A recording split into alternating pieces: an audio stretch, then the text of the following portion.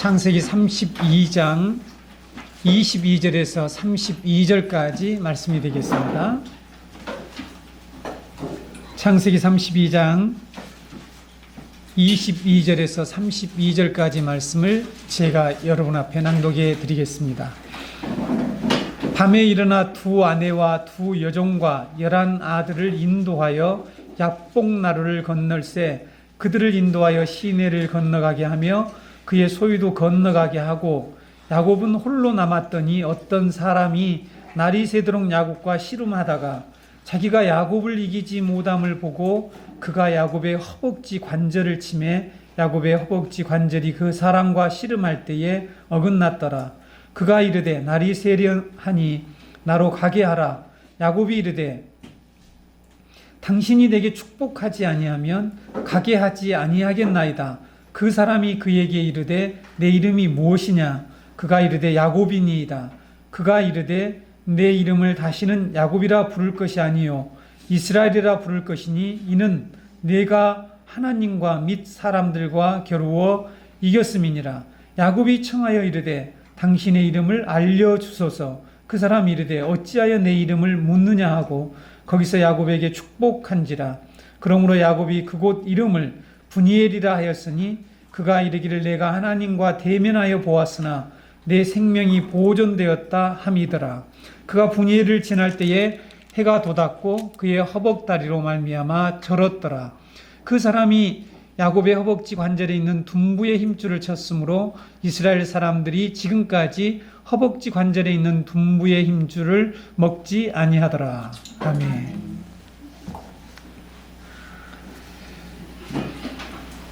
우리 성도들은 끊임없이 성경을 통해서 구원받은 성도는 이 세상에서 어떤 모습으로 하나님이 약속해 주시고 예비하신 하나님의 나라를 향해서 나아가는 자들인지를 늘 배우고 깨달아야 합니다. 성도가 어떤 신분과 어떤 정체성, 어떤 상태에서 지금 천국으로 향하고 있는지, 또 어떻게 해야만이 그 길을 잘 걸어갈 수 있는지를 성경 말씀을 통해서 늘 들어야 한다는 말씀입니다. 왜냐하면 우리가 만약에 그렇지 않으면 이 세상의 것들이, 세상의 기준이 우리의 신분과 우리의 정체를 규정하려고 합니다. 잘 여러분 생각해 보십시오. 지금 나의 삶에 나의 신분과 정체 이러한 것들을 무엇이 지금 규정하려고 하는지, 어떤 것으로 내가 누구인지를 자꾸만 그 정체성을 찾으려고 하는지, 내가 세상을 따라가고 있는지, 아니면 성경이 구원받은 성도가 어떤 자인가를 말씀하시는 그 말씀에 따라서 나를 규정하고 내 정체성을 찾고 있는지를 돌아보시기를 원합니다. 우리가 만약에 이렇게 하나님의 말씀을 통해서 끊임없이 구원받은 성도가 어떠한 신분과 어떠한 모습을 가지고 살아야 하는지를 듣지 않으면 하늘나라를 향한 순례자로서의 혼란스러워할 뿐만 아니라 우리는 방황하게 되죠. 그리고 끊임없이 두려움에 쌓이게 됩니다. 그 길을 잘 걸어갈 수가 없게 되는 것이죠. 그래서 하나님께서는 말씀을 통해서 반복해서 우리에게 우리의 신분과 우리의 정체성을 규정해 주시는 그런 말씀을 하고 있는 것입니다. 여러분, 오늘 제목이 무엇입니까? 새로운 장애인이 되어 걸어가는 길. 이런 제목 들어보신 적 있으세요? 네? 들어보신 적이 없으실 거라고 생각합니다. 저도 처음 들어봤습니다. 구원받은 성도는 야곱처럼 절뚝거리는 새로운 장애인으로 하나님이 예비하신 땅을 향해서 걸어가는 자들이라는 것입니다. 오늘 말씀은 구원받은 성도의 신분과 상태는 우리의 예상과는 달리 새로운 장애인이 되어 약속의 땅으로 돌아가는 자들이라고 말씀하고 있다는 것입니다. 교회는 어떤 모습으로 천국을 향한 순례자가 되어야 하는지 하나님께서 야곱의 씨름 사건을 통해서 하시는 이 말씀을 오늘 저는 여러분과 함께 듣고자 합니다. 오늘 본문은 많은 분들이 익히 알고 있는 이 야곱과 하나님의 씨름 사건이죠. 여러분들이 아마 잘 알고 계시죠? 야곱이 하나님과 겨루어 이겼다는 것이 무엇을 의미하는 것일까? 야곱이 하나님을 지배하게 되었다는 뜻일까요? 그렇지 않죠. 많은 사람들이 이 사건, 오늘 이 말씀을 야곱의 잘못된 버릇을 고쳐주시는 사건이라고 생각합니다. 그렇게 해석을 하죠. 야곱의 이 씨름 사건을 그래서 야곱의 회심 사건으로 보는 자들이 있습니다.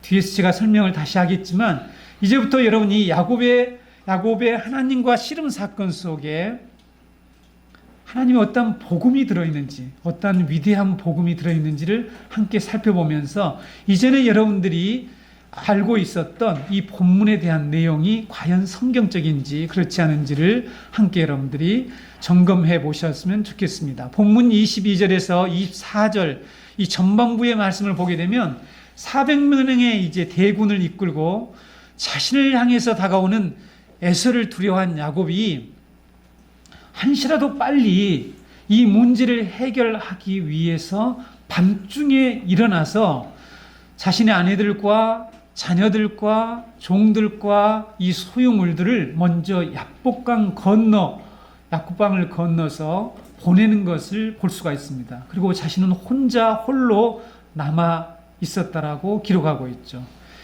야곱이 이제 어떤 상태가 되었는지를 보자는 것입니다. 자신의 아내들과 자녀들, 자신의 종들로부터 완전히 분리된 상태. 그리고 자신의 이 많은 재산, 자신이 의지해야 될 그런 대상인 재산으로부터, 소유로부터 분리되어서 완전히 홀로 남아있는 그런 상황이 되어버렸습니다. 야곱은 더 이상 누구의 보호를 받을 수 없게 되었죠.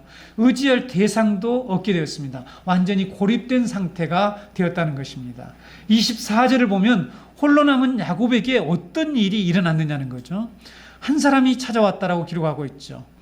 그 사람이 야곱과 이 밤이 새도록 씨름을 했다라고 말씀하고 있습니다. 야곱을 찾아와 씨름한 이 분이 바로 하나님이라는 것을 우리는 뒤에 30절에서 다시 발견할 수가 있죠.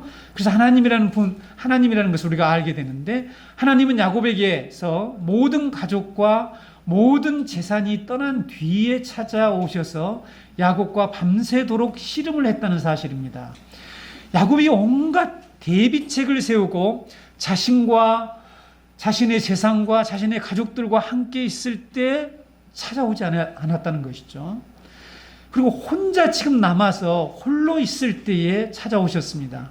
야곱이 왜 자기 혼자만 야복강 나루에 남아있고 모든 가족과 재산을 먼저 보냈는지 본문이 명확하게 말하고 있질 않죠. 물론 우리가 앞에서 이렇게 문맥을 따라 보게 되면 이 에서가 자기를 이렇게 찾아와서 공격하려고 하는 것을 방비하려고 하는 그런 의도가 있는 것처럼 보이지만, 사실 우리가 다시 한번 이 말씀을 보게 되면 왜 이렇게 먼저 원래 두 때로 보내려는 계획을 세웠잖아요. 그렇죠? 그래서 선물을 보내려는 하는 계획을 세웠는데 그냥 밤중에 일어나서 모든 소유와 재산과 가족과 종들을 먼저 이 약국관을 건너 보냈다는 사실입니다. 여러분, 이 사건이 누구에 의한 것이냐 하는 것을 우리가 잘 살펴보셔야 합니다.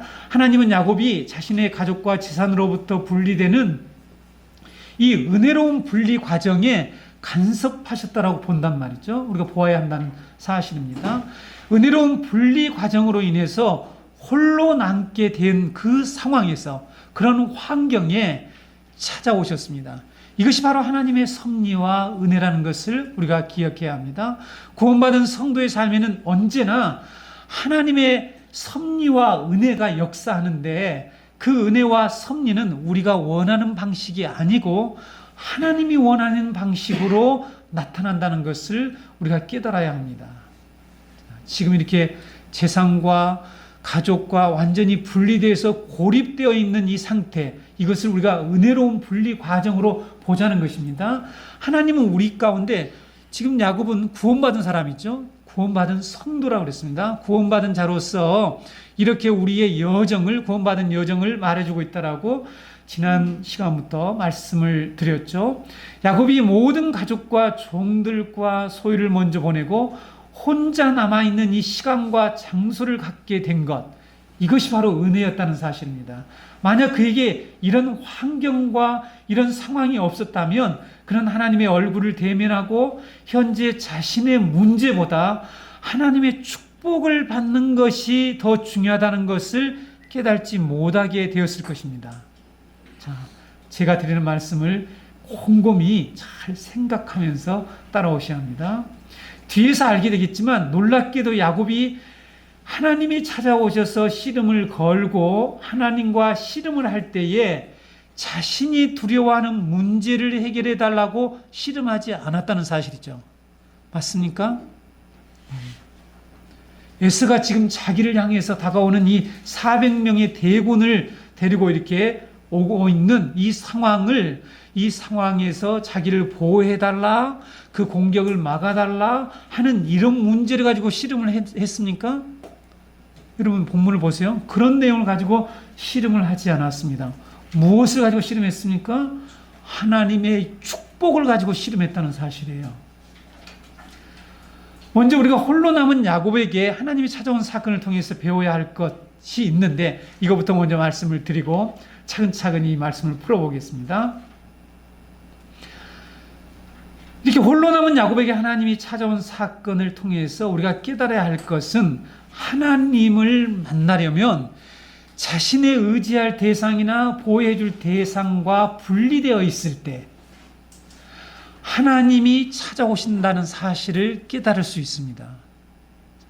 우리가 하나님의 임재를 경험하고 하나님을 만나는 영적 체험을 하려면 홀로 있는 시간과 장소가 필요하다는 것을 시사해 준다는 것이죠.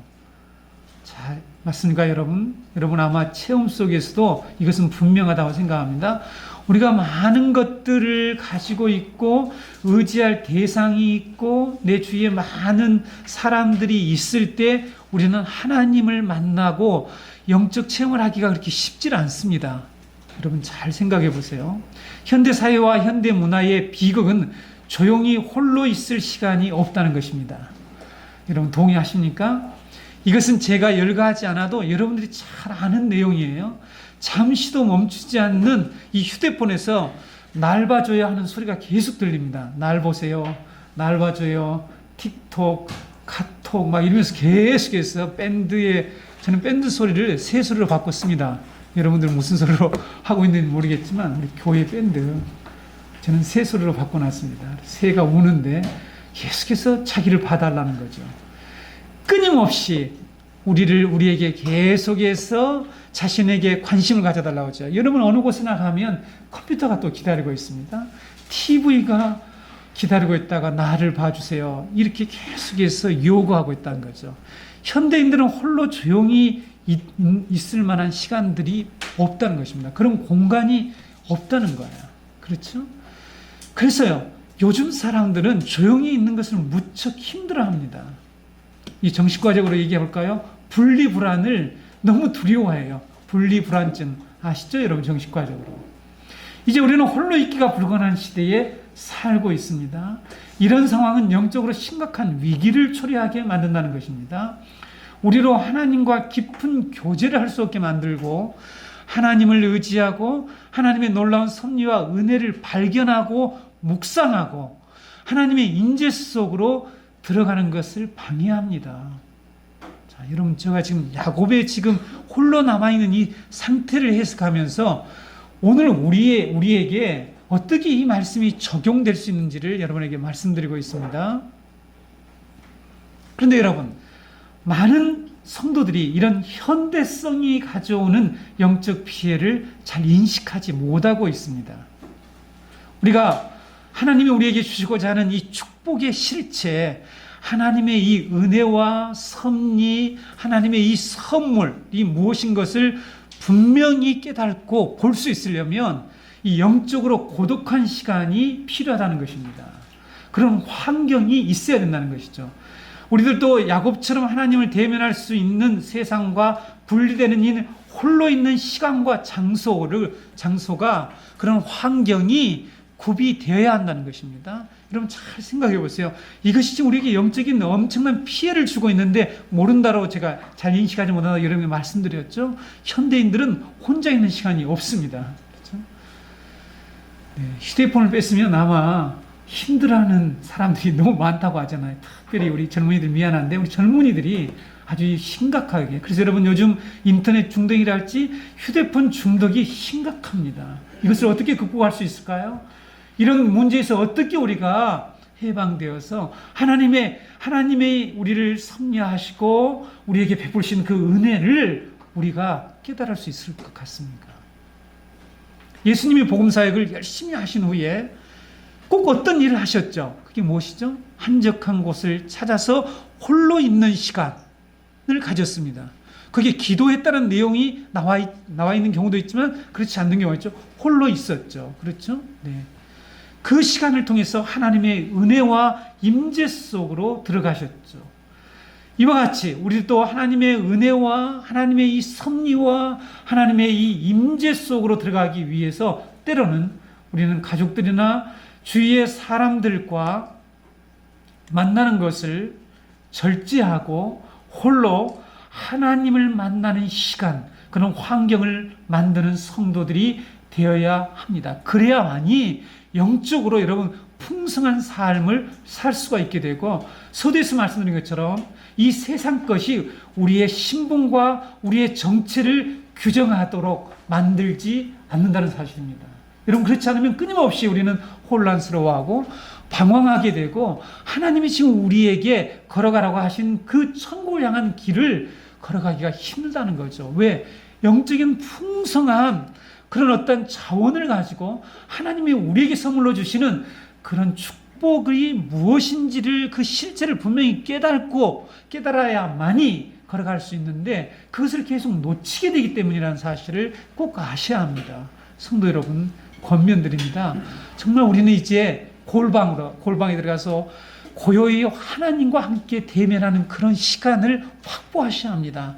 여러분, 집에 방들이 여러 개 있죠? 그 중에 한 방이 비어 있을 수 있습니다. 여러분의 자녀들이 다른 데로 보내고 여러분들이 그 방에서 혼자 하나님을 만나는 시간을 가지셔야 합니다. 아니면 여러분 조용히 예배당에 나왔어라도 꼭 하나님과 홀로 대면하는 그런 시간을 가져야 한다는 사실입니다. 이제 24절, 26절을 보게 되면 이렇게 한밤중에 홀로 남아있던 야곱에게 어떤 사람이 찾아와서 씨름을 하는 내용이 나와 있죠. 야곱은 모든 힘을 다해서, 사력을 다해서 자기를 찾아온 사람과 씨름을 합니다. 야곱을 찾아온 사람이 야곱을 이기지 못함을 보고 어떤 일을 합니까? 야곱의 허벅지 관절을 쳐서 야곱을 절름발이로 만들어버리게 되죠. 야곱은 처음에는 이 자신과 씨름하는 자가 누구인지를 알지 못했던 것 같습니다. 그러다가 씨름 중에 자신과 씨름하는 자가 단순히 자기를 지금 공격하려 온 자, 대적자가 아니고 자신에게 축복하러 온 자임을 깨닫게 됩니다. 이런 말씀에 기록되어 있죠. 그래서 새벽이 가까이 다가오자 하나님이죠. 하나님이 나로 가게 해달라는 말을 했을 때에 야곱은 그 사람에게, 자기와 씨름하던 그 분에게 자신을 축복해 주지 않으면 보내줄 수가 없다라고 합니다. 26절 다시 한번 볼까요? 그가 이르되 날이 세려하니 나로 가게 하라. 야곱이 이르되 당신이 내게 축복하지 아니하면 가게 하지 아니하겠나이다 라고 말을 하죠. 그러면 여러분, 하나님은 왜 야곱을 찾아오셨을까? 그리고 야곱과 이렇게 씨름을 겨루었을까 하는 것입니다. 앞에서도 잠깐 언급했듯이 많은 해석자들과 설교자들이 야곱이 하나님과 씨름한 이 브니엘의 사건, 브니엘의 경험을 야곱의 핵심 사건이라고 해석한다는 거죠. 여러분, 그렇게 들으셨나요? 어떻게 들으셨나요? 야곱을 변화시키는, 바꾸는 그런 회심의 사건으로 해석을 한다는 것입니다. 지금 야곱의 잘못된 과거의 습성, 그럼 야곱을 이 꾀를 부리고 아주 남거나 이렇게 탈취하고 이런 나쁜 사람으로 규정을 해서 보고 야곱의 이러한 습관들, 이러한 행동들을 고치기 위한 사건이라고 말합니다. 하나님이 야곱을 찾아오셔서 야곱과 결혼 사건을, 야곱을 제압을 해서 하나님이 하나님 앞에 굴복시키는 사건으로 오해를 하는 경우가 있습니다. 그런데 여러분, 본문은 그렇게 말씀하고 있지 않죠. 그럼 본문을 보십시오. 오늘 말씀 하나님이 야곱과 겨루어서 이겼다라고 말하는 것이 아니고, 하나님이 이겼다라고 말하는 것이 아니고, 하나님이 야곱과 싸워서 이기지 못했고 야곱이 하나님과 싸워서 겨루어서 이겼다고 말씀하고 있단 말이에요. 맞죠? 그러니까 야곱을 제압해서 야곱을 바꿨더라 이렇게 해석하는 것은 맞진 않잖아요. 앞뒤가. 그리고 이 성경을 봅시다. 25절. 자기가 야곱을 이기지 못함을 보고 이렇게 돼 있잖아요. 자기가 누굽니까? 하나님이죠. 그가 야곱의 허벅지 관절을 치매 야곱의 허벅지 관절이 그 사람과 씨름할 때에 어긋났더라. 이렇게 돼 있죠. 28절 보실까요? 그가 이르되 내 이름을 다시는 야곱이라 부를 것이 아니요 이스라엘이라 부를 것이니 이는 네가 하나님과 및 사람들과 겨루어 이겼음이니라. 이렇게 말씀하고 있죠. 하나님과 겨루어서 이겼다라고 말씀하고 있는데 왜 우리가 하나님이 야곱을 제압을 해서 야곱을 굴복시켜서 야곱을 회심시킨 사건이라고 이 말씀을 해석하느냐는 것입니다. 그러면 하나님이 야곱을 찾아와서 홀로 있던 이 야곱을 찾아와서 야곱과 씨름한 그 목적이 무엇일까 하는 거죠. 그에게 복을 주시기 위해서다. 이렇게 우리는 이 본문에서 읽을 수가 있습니다. 하나님이 가지고, 더 구체적으로 얘기하면 하나님이 가지고 계신 복을 그가 알고 깨닫고 그것을 더 중요하게 여기고 그것을 쟁취하고 그 축복의 힘으로 약속의 땅을 향해서 걸어가도록 하시기 위해서 하나님이 오셔서 야곱과 씨름을 했다는 사실입니다. 홀로 격리되어 고독하게 남아있던 야곱은 그런 하나님의 뜻을 깨달았습니다. 싸움을 하면서 깨닫게 된 거죠. 그래서 여러분 26절의 말씀이 바로 그걸 줍니다. 당신이 내게 축복하지 아니하면 갈 수 없습니다. 가게 하지 아니하겠나이다. 그러니까 나를 축복하고 가야 된다는 거죠. 그러면 하나님이 가지고 계신 그 자기와 씨름했던 그분이 가지고 있는 그 복이 무엇인 걸 깨달은 거죠. 그렇죠? 그것이 나에게 더 중요하다는 것을 깨달은 것이죠. 나의 현실의 문제가 중요한 것이 아니라 그 복을 내가 받는 것이 더 중요하다라는 것을 깨달았다는 것입니다. 자, 하나님은 목적을 성취한 거예요. 그래서 하나님이 져주신 겁니다. 하나님이 여러분 인간에게 질 수 있습니까? 어떻게 야곱이 하나님을 이겼다고 할 수 있을까요? 그렇죠. 야곱의 씨름의 목표는 이기는 것이 아니었습니다. 여러분 이 말씀을 보세요. 야곱이 지금 자기를 찾아온 이 사람 하나님과 겨루어서 이기는 것이 목적이 아니에요. 승리하는 것이 목적이 아니다니까요. 그분을 제압하는 게 목적이 아니라 그분에게서 축복을 받는 것이 목표라는 거죠. 하나님이 자신에게 축복을 하고 가시도록 하는 것이 그의 씨름의 목표였다는 사실입니다. 야곱은 하나님의 복을 위해서 씨름을 한 것이죠. 야곱은 에서를 싸워서 이기게 해달라거나 앞에서 말씀드렸죠. 에서의 공격을 막아달라고 하거나 그 문제를 가지고 하나님과 사투를 벌이며 씨름을 한 것이 아닙니다. 그리고 자신의 이 못된 행동을 고쳐달라고 지금 그 문제를 가지고 우리말로 할까 신학적으로 성화를 위해서 지금 하나님과 씨름한 것이 아니죠. 본문이 이렇게 말씀하고 있지 않습니까? 26절이 당신이 내게 축복을 해야 됩니다. 축복하지 않으면 보내드릴 수가 없습니다. 이렇게 말씀하고 있는 거죠. 성도 여러분, 이 부분을 우리가 잘 이해해야 합니다. 성경 해석이 얼마나 중요한지 아십니까? 성경을 어떻게 해석하느냐가 너무너무 중요합니다. 잘못 해석하게 되면 이렇게 해석하는 분들이 있죠. 이 본문을 가지고 우리가 하나님께 무엇을 받아내기 위해서 아주 사투를 벌여야 된다. 그래야 하나님이 주신다.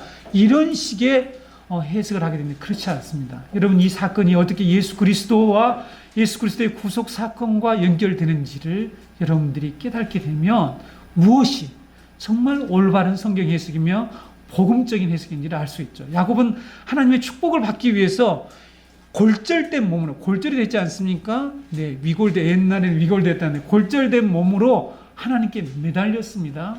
야곱이 하나님과 겨루어서 받고 싶어 했던 그 복이 어떤 것이기에 그가 이 골절된 몸을, 골절을 입은 후에도 하나님과 씨름을 포기하지 않고 하나님을 붙잡았겠죠. 가려고 하시는 그분을 그냥 안 붙잡고 있으면 가버렸겠죠. 붙잡고 씨름을 끝까지 한 것을 볼 수가 있습니다. 그래서 여러분, 이제 우리가 27절에서 30절까지의 그 복이 야곱이 하나님과 씨름을 포기하지 않고 겨루어서 받고자 했던 그 복이 무엇인지를 우리가 발견할 수가 있습니다. 하나님과 씨름한 후에 그가 받은 복이 두 가지로 우리가 요약해 볼 수가 있는데, 첫 번째는 새 이름을 받은 것이죠. 야곱이 하나님께 축복해 달라고 매달랐더니 하나님은 야곱의 이름을 물었어요. 너 이름이 뭐냐? 이렇게 물었더니 야곱입니다. 야곱이 무슨 뜻이죠? 움켜잡는 자라는 뜻이죠. 이런 자라고 자기가 얘기를 했죠. 그랬더니 하나님께서 이제 야곱이라 부르지 말고 하나님과 겨루어 이겼다. 원문의 이 단어를 이스라엘이라는 뜻을 여러 가지로 해석할 수 있다고 학자들이 말합니다. 하나님과 겨루어 이겼다는 뜻, 하나님이 다스린다는 뜻, 하나님과 겨룬다는 뜻, 하나님이 통치하신다는 뜻, 이런 여러 가지 뜻으로 이스라엘을 해석할 수 있다고 합니다. 어찌됐든 우리가 이미 알고 있는 하나님과 겨루어 이겼다라는 이 뜻의 이스라엘이라는 이 새 이름을 그에게 주시죠. 그의 이름을 계명해 주시다는 사실입니다. 야곱은 하나님을 붙들고 축복을 요구한 것밖에 없는데 하나님을 이긴 자라는 이 영광스러운 이름을 받게 됩니다. 그렇죠? 하나님은 야곱을 이스라엘로 계명하는 이 사건을 통해서 출애굽한 이스라엘 백성들에게 지금 어떤 말씀을 하고 있단 말이죠. 자, 교회들에게 어떤 말씀을 하고 있는데 우리의 신분이 어떤 장가 하는 거죠. 그렇죠? 우리의 정체를 지금 얘기하고 있는 거죠. 너희가 얼마나 존귀한 신분을 가진 자들이며 하나님의 축복을 받은 자들인 것을 깨우쳐 주시려고 한다는 사실입니다. 애굽에서 오랫동안 종살이를 하면서 살다 보니까 천한 이 노예의식, 우리가 천민의식이라는 말을 쓰잖아요. 이 노예의식에 찌들려 있는 이스라엘 백성들에게 너희들이 바로 너희의 조상 야곱의 후손인데, 그래서 이스라엘 백성이라고 하는데 이 이스라엘이라는 이름이 얼마나 고귀한 이름인지를 깨달으라는 것이죠. 그들의 이 고귀한 정체성을 그들로 하여금 갖도록 하기 위해서 하나님께서 이 야곱의 이 사건을 지금 말씀해주고, 야곱의 이 씨름 사건을 말씀해주고 있다는 것입니다. 성도 여러분, 마찬가지입니다. 과거에 우리의 이름이 무엇이죠? 우리의 이름은 죄인이었습니다. 과거에 우리는 죄인이죠. 우리는 과거의 야곱의 이름처럼 움켜잡고 나에게 의지할 대상이 있어야만이 내 신분이 그래서 규정되고 그렇잖아요. 우리가 많은 재산이 있고 부여해야만이 내 신분이 높아진 것처럼 생각하고 내가 뭔가 위대한 사람처럼 생각하고 하는 그런 죄인들이었습니다. 그런데 여러분, 이제 우리는 우리의 이름이 무엇으로 바뀌었습니까? 의인으로 바뀌었습니다. 예수 그리스도를 통해서 우리의 이름이 계명이 됐죠. 의로운 사람, 의인, 하나님의 거룩한 무리, 성도라는 새 이름을 받게 된 것이죠. 여러분, 이것이 하나님의 복이라는 것입니다. 이 복을 받기 위해서 씨름을 했다는 것이죠. 이 복을 깨닫고 하나님을 놓아주지 않았습니다. 그래서 하나님이 져주신 거예요. 왜냐하면 너무나 정당하고 너무나 야곱이 정확하게 하나님의 복의 중요성을 깨달았기 때문입니다. 두 번째, 여러분, 하나님을 대면하고 생명을 보존하는 이런 복을 받았어요. 29절 후반의 3절을 보실까요? 거기서 야곱에게 축복한지라. 그러므로 야곱이 그곳 이름을 분이엘이라 했으니 그가 이르기를 내가 하나님과 대면하여 보았으나 내 생명이 보존되었다 함이더라. 이렇게 되어 있죠. 하나님께서 축복을 하셨는데 야곱이 그곳 이름을 분이엘, 하나님의 얼굴이라고 지었다고 그랬죠. 자신이 그래서 이렇게 고백을 했죠. 자신이 하나님의 얼굴을 보았지만 생명이 보존되었다라는 이런 고백을 했습니다. 자기가 이런 복을 받았다는 것이죠. 야곱이 하나님의 얼굴을 보면서 씨름을 했지만 죽지 않고 살 수 있었던 것은 하나님의 은혜였습니다. 그렇죠? 야곱이 받은 놀라운 축복이에요. 여러분, 죄인이 하나님을 보면 어떻게 됩니까? 죽습니다. 살아남을 수가 없어요. 그렇죠? 야곱이 지금 그런 고백을 하는 거죠. 과거의 나의 모습으로 하나님을 봤다라면 살아남을 수가 없죠.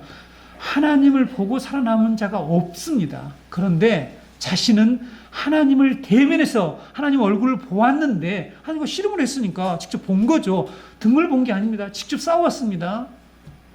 겨루면서 하나님을 보았지만 생명을 유지하게 되었다라고 고백합니다. 성도 여러분, 야곱의 씨름 사건은 우리로 하나님께 매달려서 하나님의 축복을 받아내려는 그런 것을 가르치는 사건이 아니에요. 잘 이해하셔야 합니다. 아까 무슨 회심 사건이니 우리가 야곱처럼 하나님께 이렇게 하나님과 씨름을 해서 겨루어서 어떻게 해서라도 축복을 받아내라, 이걸 가르치는 내용이 아니라는 거죠. 우리의 노력을 부추기고 끝까지 하나님께 매달려서 하나님의 축복을 끌어내는 자들이 되도록 동기부여하는 그런 인본주의적인 신앙을 가르치는 그런 사건이 아닙니다. 지금 이스라엘 백성들에게 그 얘기를 하려고 하는 게 아니란 말이에요. 그걸 가르치려고 하는 게 아닙니다.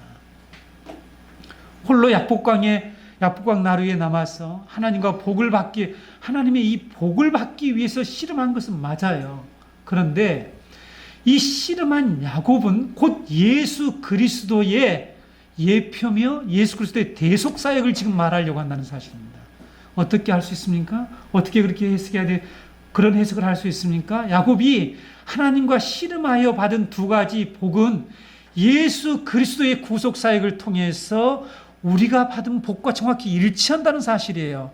그렇지 않습니까? 죄인된 우리가 어떻게 의인이란 새 이름을 받게 되었습니까? 우리가 어떻게 거룩한 물이라는 이 성도의 명칭을 받게 되었습니까?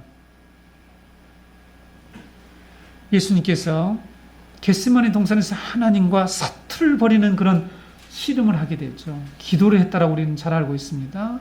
그리고 예수님은 십자가에서 달리셔서 우리에게 그 결과로 우리에게 새 이름을 주신 거죠. 그래서 우리가 의인이 된 게 아니겠습니까? 그렇죠. 그러니까 여러분, 이 사건을 통해서 받은 이 복이 얼마나 귀한 것을 야곱이 깨달고 예수 그리스도가 자신의 그 겟세마네에서 사투를 벌이는 그 씨름, 하나님과 씨름한 거죠. 할 수만 있거든 하나님 이제는 옮겨주실래요? 네. 하나님께 그렇게 사투를 벌이면서 씨름한 그 결과 우리가 새 이름을 얻게 되었다는 사실입니다. 죄인된 우리가 어떻게 거룩하신 하나님 앞에 나아가서 하나님의 얼굴을 볼 수 있게 되었습니까, 여러분? 우리가 어떻게 하나님의 얼굴을 보고도 생명을 보존할 수 있는 그런 복을, 그런 자가 되었느냐는 것입니다. 예수님이 흘리신 보혈 때문이라는 것을 우리는 잘 알고 있습니다. 히브리서 10장 19절에서 20절 말씀을 보게 되면, 그러므로 형제들아 우리가 예수의 피를 힘입어 성소에 들어갈 담력을 얻었나니 그 길은 우리를 위하여 휘장 가운데로 열어놓으신 새로운 살 길이요 휘장 곧 그의 육체니라 라는 말씀을 우리가 잘 알고 있습니다. 야곱이 하나님을 만나서 다른 것을 구하지 않고 이 놀라운 축복, 이것이죠. 우리에게 새 이름을 얻게 하는 것. 그렇죠? 새 이름을 얻는 것과 하나님의 얼굴을 대면하지만 죽지 않고 살아남는 것, 살게 되는 것, 이러한 복을 구했다는 거죠.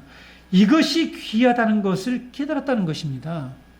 홀로 남아있으면서 하나님이 찾아오셨죠. 이게 은혜라니까요.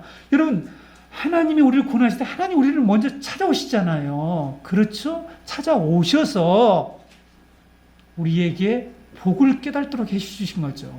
이 구원의 복이 무엇인지를 깨닫도록 해주십니다. 그렇죠?